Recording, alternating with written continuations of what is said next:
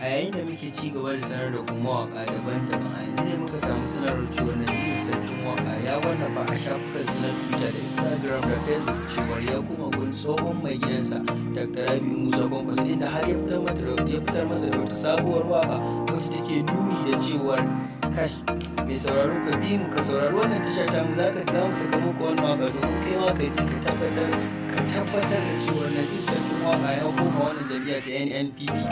Assalamu alaikum warahmatullahi ta'ala wabarakatuh. Muna wa cikin sanar da cewa idan wannan ne zuwa karɓar ko wannan tasha ta maka da damar subscribe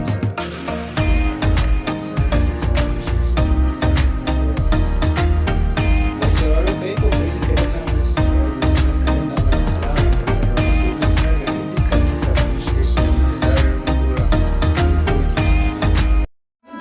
Ya ce a yi abban mai kanawa ba don rinto ba, abba kai ne gwamnan kanawa, abba ba don rinto ba, abba da kai ne gwamnan kanawa. A wancan zaben ma abba kai ne zabun tallakawa, amma daɗin gobe saurin zuwa a fito zaɓe kanawa, a fito zaɓe, nace a fito zaɓe, kai a cire tsoro, nace a cire tsoro, kai a yi mai kwando, nace ku yi mai kwando. Idan an kada ta kar a masa a jira ta a kai kanawa. A yi abban ne kanawa.